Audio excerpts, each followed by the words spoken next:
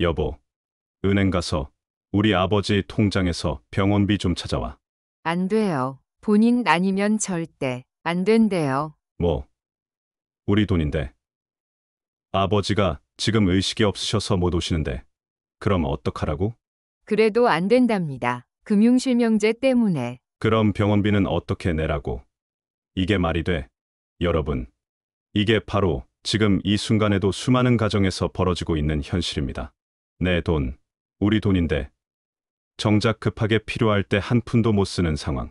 오늘 이 영상 끝까지 보시면 이런 황당한 일을 절대 겪지 않으실 겁니다. 본격적인 이야기 시작 전에 구독과 좋아요 한 번씩 눌러주시면 큰 힘이 됩니다. 가족이나 친구들에게 영상 공유를 해주시면 나눌수록 행복은 2배가 됩니다. 자, 오늘 제가 여러분께 전달드릴 내용은 크게 2가지 핵심 질문에 대한 답을 찾는 과정입니다.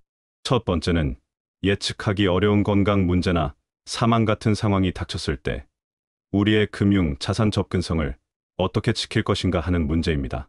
두 번째는 현재 가진 자산을 어떻게 하면 노후 생활에 더 보탬이 되게 현금 흐름으로 만들고 놓치기 쉬운 여러 금융 혜택들을 제대로 챙길 수 있을까 하는 점입니다. 먼저 많은 분들이 궁금해하시는 내용부터 말씀드리겠습니다. 현재 가지고 계신 자산을 노후 생활에 어떻게 더 잘 활용할 수 있을까요? 월 지급식 예금이라는 방법이 있습니다. 목돈을 예금에 두고 매달 이자를 월급처럼 받는 방식인데 꽤 괜찮은 방법입니다. 은퇴 후에 고정적인 소득이 줄어든 상황에서 매달 꾸준히 현금이 들어온다는 건 심리적으로 굉장히 큰 안정감을 줍니다. 보통 정기예금은 만기가 되어야 원금과 이자를 한꺼번에 받잖아요. 근데 월 지급식 예금은 맡겨둔 기간 동안 생기는 이자를 매달 나눠서 지급하는 방식입니다.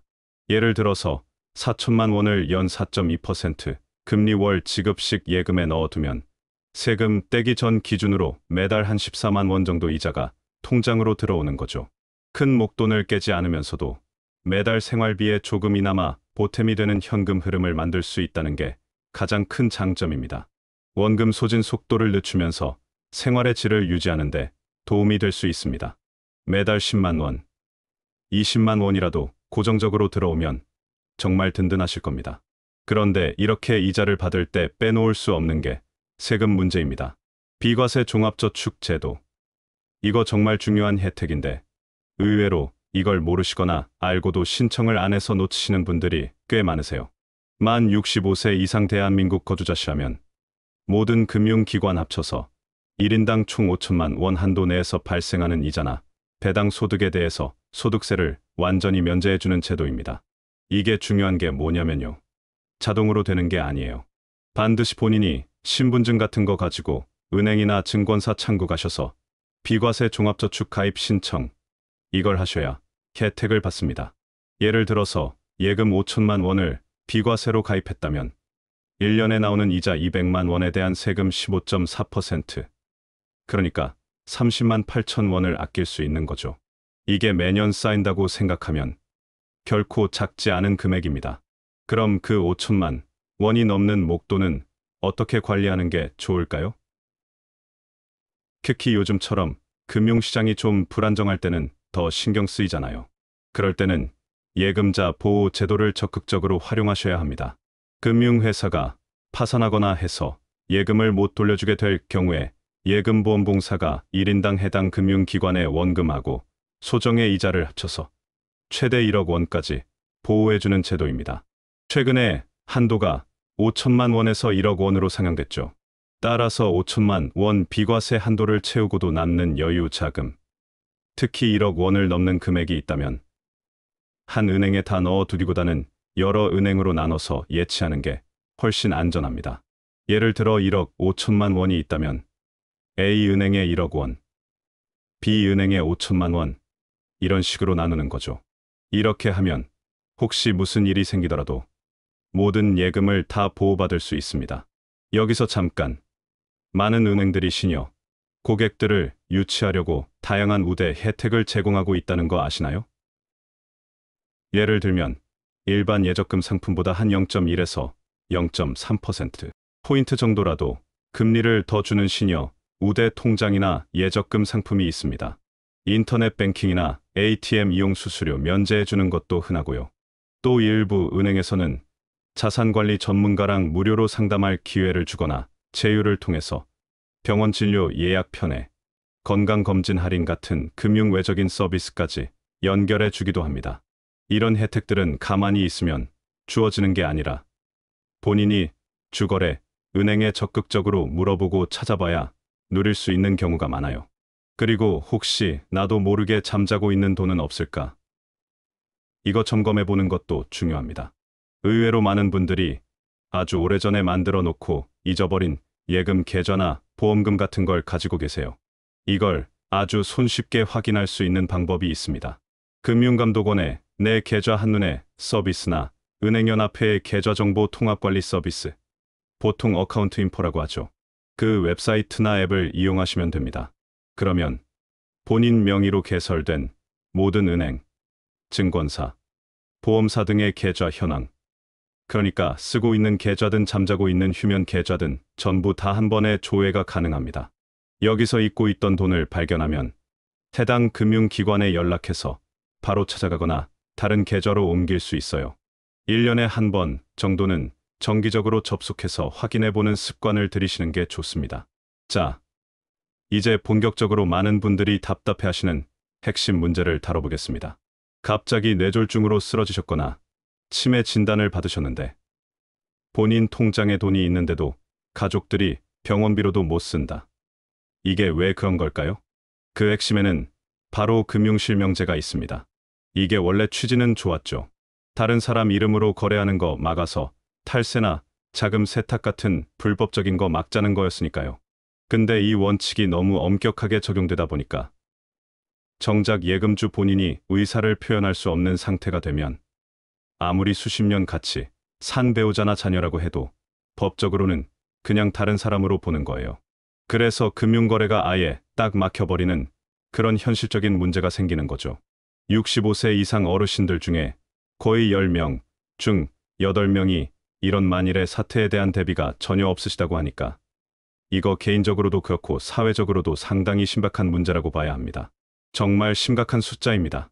이거 뭐 결국 건강하고 정신 멀쩡할 때 미리 대비하는 수밖에 없다는 결론입니다. 그 방법밖에 없는 거죠. 몇 가지 구체적인 방법들을 살펴보겠습니다. 가장 먼저 가족 신탁이라는 방법이 있습니다. 신탁이라는 말이 조금 생소하게 들리실 수 있는데 잘만 활용하면 이게 굉장히 강력한 도구가 될 수 있습니다. 기본 개념은 본인이 살아 계실 때 자신의 재산, 예금이나 부동산 같은 거요. 이걸 신탁 회사에 맡기면서 그 재산 관리나 처분 방법을 아주 구체적으로 정해두는 계약이에요. 예를 들면 내가 살아있는 동안에는 이 재산에서 나오는 수익이나 원금 일부를 매달 나한테 생활비로 주고 내가 만약 치매 같은 걸로 판단 능력을 잃으면 병원비나 간병비로 쓰고 내가 죽은 뒤에는 남은 재산을 자녀 A랑 B한테 6대4 비율로 나눠줘. 이런 식으로 아주 상세하게 맞춤 설계가 가능해요. 유언이랑 비슷한 효과가 있으면서도 본인 의사 능력이 없어지거나 돌아가신 후에 복잡한 법적 절차 없이 신탁 계약 내용대로 바로 집행된다는 큰 장점이 있죠. 가족 간의 재산 다툼을 막고 상속 계획을 명확히 하는데 아주 효과적이고요. 경우에 따라서는 세금 절약 효과도 기대할 수 있습니다. 다만 신탁 계약 설정하고 유지하는데 수수료가 발생한다는 점은 고려하셔야 할 부분입니다. 정말 구체적으로 설계가 가능하죠. 비용이 들긴 하지만 재산이 어느 정도 있고 가족 관계나 상속에 대해서 명확한 계획을 세우고 싶다면 고려해 볼 만한 아주 강력한 방법입니다. 다음으로 예금자 보호사전 지정 제도라는 것도 있습니다. 이 제도는 본인이 혹시 모를 의식 불명 상태나 사망 같은 상황에 처했을 때 해당 예금을 받을 사람을 미리 은행에 딱 지정해 두는 겁니다. 이 제도의 장점은 그 복잡하고 시간도 오래 걸리는 상속 절차 있잖아요. 그걸 안 거치고도 지정된 수령이니 비교적 간단하게 돈을 찾거나 옮겨받을 수 있다는 거예요. 가족들끼리 불필요한 오해나 분쟁 같은 거 줄이는 데도 도움이 될 수 있고요. 다만 좀 유의할 점은 아직 이게 모든 은행에서 다 하는 건 아니고요. 일부 은행에서 시범적으로 운영하거나 특정 상품에만 적용되는 경우가 있거든요. 그러니까 주거래 은행에 직접 문의해서 확인해 보시는 게 중요합니다. 아직 모든 은행에서 하는 건 아니지만 가능하다면 꽤 유용할 수 있는 방법입니다. 이제 가장 기본적인 대비책을 말씀드리겠습니다. 바로 금융위임장입니다. 본인이 직접 은행 일을 못 볼 경우를 대비해서 믿을 수 있는 가족 같은 대리인에게 특정 금융거래 권한을 미리 맡겨 두는 서류예요. 본인 인감도장이랑 인감증명서, 신분증 이런 거 가지고 대리인이랑 같이 은행 가서 직접 작성해야 하고요. 여기서 중요한 점은 그냥 다 맡긴다. 이게 아니고요. 언제까지 유효하게 할 건지, 어떤 계좌를 맡길 건지, 또 위임하는 거래, 종류나 금액 한도는 얼마로 할 건지, 이런 걸 아주 구체적으로 딱 정해야 한다는 겁니다. 그리고 당연히 모든 과정은 본인 의사 능력이 명확할 때 해야만 법적으로 효력이 있는 거고요. 그냥 두루뭉술하게 하는 게 아니라 아주 구체적으로 딱딱 정해야 되는 겁니다. 근데 이 위임장도 만능은 아닙니다. 치매 진단받으면 그 효력이 좀 약해지거나 없어질 수도 있다는 한계가 분명히 있습니다. 그럼 다른 대안은 없을까요? 공동명의 계좌. 이것도 있습니다. 이건 어떻게 다를까요? 공동명의 계좌는 말 그대로 배우자나 자녀처럼 믿을 수 있는 가족이랑 같이 통장을 만드는 방식이에요. 이 방법의 가장 큰 장점은 만약에 한 분이 의사결정 능력을 잃더라도 다른 명의자가 그 계좌에 자유롭게 접근해서 입출금 같은 필요한 거래를 바로 할 수 있다는 거죠. 즉각적인 대응이 가능하다는 점입니다. 하지만 이게 또 뭐랄까, 양날의 검 같은 면이 있어요. 공동 명의자 사이에 정말 절대적인 신뢰가 바탕이 돼야 하고요. 또 큰 금액을 공동명의 계좌에 넣어두면 이게 증여로 봐서 증여세 문제가 생길 수도 있습니다. 그래서 큰 돈은 세무 전문가랑 상에 좀 필요할 수 있고요. 그리고 자녀가 여럿인데 특정 한 명하고만 이걸 만들면 다른 자녀들하고 좀 오해가 생기거나 불화의 씨앗이 될 수도 있는 부분도 무시 못하죠. 확실히 공동명의가 편리하긴 한데 그만큼 신뢰 문제나 잠재적인 갈등 요소가 있습니다. 만약에 이런 사전 준비를 정말 하나도 못한 상태에서 갑자기 치매 같은 걸로 판단 능력을 잃게 되시면 그때는 정말 방법이 없는 걸까요? 방법이 아예 없는 건 아닙니다. 근데 훨씬 복잡하고 시간이 많이 걸리는 법적 절차를 밟아야 해요. 그게 바로 성년 후견 개시 청구라는 건데요. 가족 중 한 분이 가정법원에 이분이 질병이나 노령 때문에 스스로 일을 처리할 능력이 부족하니까 법원이 후견인을 좀 지정해 주세요. 이렇게 신청하는 절차입니다. 그럼 법원이 의사 진단서나 가족관계 증명, 재산 내역 같은 여러 서류를 보고 심리를 거쳐서 후견인을 정해 주게 되죠. 이 후견인이 법원의 감독 아래에서 비로소 본인 재산을 관리하고 필요한 금융거래, 예를 들면 병원비 인출 같은 걸 할 수 있게 되는 겁니다. 이게 서류 준비부터 법원 결정까지 보통 몇 달 이상 걸릴 수 있어요. 미리 대비하지 못했을 때는 꼭 거쳐야 하는 절차지만 그 과정에서 가족들이 겪는 시간적 정신적 부담이 상당합니다. 그래서 사전 대비책들이 더 중요하다고 할 수 있는 거죠. 결국 미리 준비하는 게 최선이고 만약 못했다면 상당히 번거로운 법적 절차를 거쳐야 하는 겁니다. 이제 상황을 좀 바꿔서 만약 돌아가신 후에는 금융자산 처리가 어떻게 되는지 살펴보겠습니다. 사망 신고를 하면 통장이 바로 동결된다는 거 아시나요? 은행은 예금주가 사망했다는 사실을 알게 되면 보통 사망 신고 후에 관련 정보가 공유되거나 가족이 통보하면요, 즉시 해당 명의 모든 계좌를 지급 정지시킵니다. 동결시키는 거죠. 이건 상속 재산을 보호하고 또 상속인들 사이의 분쟁을 막기 위한 조치예요. 이후에 예금을 찾으려면 정식 상속 절차를 밟아야 하는데요. 가장 먼저 할 일은 금융감독원의 상속인 금융거래 통합조회 서비스. 이걸 통해서 고인이 어느 금융기관에 어떤 종류의 금융자산을 남겼는지 전체적으로 파악하는 겁니다. 그 다음에는 가족관계 증명서 같은 걸로 법정 상속인들을 확정하고 모든 상속인이 모여서 고인의 재산을 어떻게 나눌지 합의를 해야 해요. 이 합의 내용을 담은 상속재산 분할 합의서를 작성하고 모든 상속인의 인감증명서를 첨부해서 은행에 내야 비로소 예금 인출이 가능해집니다. 모든 상속인의 동의와 인감증명서가 다 필요하다는 거. 이게 핵심입니다. 만약에 상속인 중에 한 명이라도 연락이 안 되거나 아니면 합의에 반대하면 절차가 하염없이 길어질 수도 있습니다. 바로 그 점이 문제입니다. 상속인들 사이가 원만하지 않거나 해외에 살아서 연락이 잘 안 닿거나 하면 돈 찾는 게 몇 달 몇 년씩 늦어질 수도 있어요. 그리고 아주 중요한 점이 있는데요.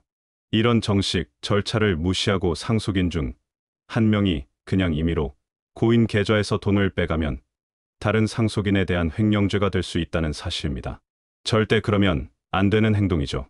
이런 복잡함을 피하려면 유언장 공증이나 가족 신탁 계약 같은 게 있으면 상속 절차가 훨씬 간단해질 수 있습니다. 여기서 중요한 포인트를 정리해 보겠습니다. 이 모든 준비와 활용의 핵심은 타이밍과 소통입니다. 그러니까 건강하고 판단력이 명확할 때 미리 움직여야 한다는 거죠. 정확합니다. 금융위임장이든 공동명의 설정이든 신탁 계약이든 대부분의 사전 대비책은 본인의 명확한 의사 능력이 전제될 때만 법적으로 완전한 효력을 갖습니다. 시기를 놓치면 선택지가 확 줄어들거나 훨씬 복잡한 절차를 거쳐야 하는 거죠. 그리고 또 하나 말씀드리고 싶은 건요. 이런 준비를 하는 게 결코 불길한 일을 대비하는 부정적인 행동이 아니라 남겨질 가족들을 위한 아주 현명하고 책임감 있는 배려다. 이런 인식의 전환이 좀 필요하다는 점입니다. 관련해서 자녀들하고 미리 좀 솔직하게 대화하고 내가 이런 준비를 해뒀다. 관련 서류는 어디에 보관돼 있다. 이런 것들을 명확하게 공유하는 과정 자체가 만일의 사태가 발생했을 때 가족들이 겪게 될 혼란이나 어려움을 크게 줄여줄 수 있습니다. 오늘 저희가 함께 살펴본 내용들을 다시 한번 정리해 보겠습니다. 여러분이 알아두셔야 할 핵심 정보들입니다. 첫째, 금융실명제라는 현실적인 제약 아래에서는 아무리 가까운 가족이라도 본인 자산에 접근하기 어렵다는 점. 이걸 분명히 인식하시고 법적인, 금융적인 대비를 꼼꼼히 해두시는 게 무엇보다 중요합니다. 둘째, 65세 이상이시라면 비과세 종합저축 혜택. 이거 반드시 신청해서 누리시고 은행별로 있는 시녀, 우대 상품이나 서비스도 적극적으로 찾아서 활용하시는 게 현명한 노후 준비의 일부가 될 거라고 생각합니다. 셋째, 월 지급식 예금을 통해 매달 안정적인 현금 흐름을 만들고 예금자 보호 제도를 활용해 1억 원 이상의 자산은 여러 은행에 분산 예치하시는 게 안전합니다. 넷째, 금융위임장, 공동명의 계좌, 가족 신탁, 예금자 보호 사전 지정 제도 등 다양한 사전 대비책의 장단점을 이해하시고 본인의 상황에 맞는 방법을 선택하시되 반드시 의사 능력이 명확할 때 준비하셔야 합니다. 다섯째, 만약 사전 준비를 못하셨다면 청년후견 제도를 통해 법적 절차를 밟아야 하지만 이는 시간과 비용이 많이 드는 만큼 미리 대비하는 것이 최선입니다. 여섯째, 상속 절차는 모든 상속인의 합의가 필요하며 임의로 고인의 계좌에서 돈을 인출하면 횡령죄가 될 수 있으니 반드시 정식 절차를 따르셔야 합니다. 일곱째, 금융감독원의 내 계좌 한눈에 서비스나 계좌정보 통합관리 서비스를 통해 정기적으로 휴면 계좌를 확인하고 잊고 있던 자산을 찾으시기 바랍니다. 마지막으로 이런 질문을 한번 던지면서 마무리할까 합니다. 혹시 모를 미래에 대한 금전적인 준비가 단순히 돈 문제를 해결하는 것을 넘어서 내가 사랑하는 사람들에게 어떤 마음과 메시지를 전달하는 행위가 될 수 있을까요? 한 번쯤 깊이 생각해 보시면 좋겠습니다. 오늘 제가 전달드린 정보들이 여러분의 금융 생활을 좀 더 안전하고 또 풍요롭게 만드는 데 실질적인 도움이 되기를 진심으로 바랍니다.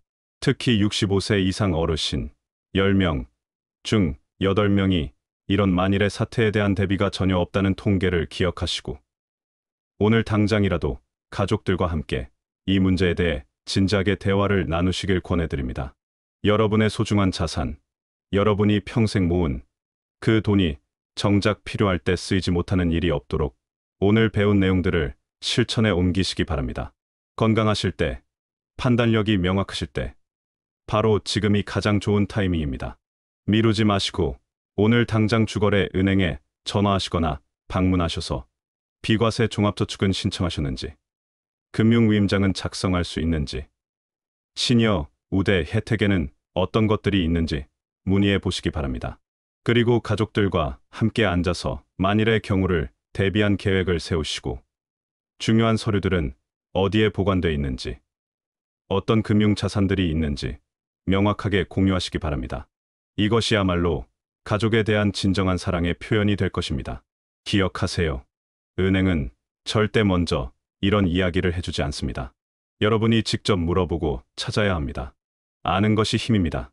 오늘 배운 지식을 바탕으로 여러분의 노후를 더욱 안전하고 풍요롭게 만들어 가시기 바랍니다. 이 영상이 도움이 되셨다면 구독과 좋아요 부탁드립니다. 여러분의 가족과 친구들에게도 이 중요한 정보를 공유해 주시면 더 많은 분들이 도움을 받으실 수 있을 것입니다. 감사합니다.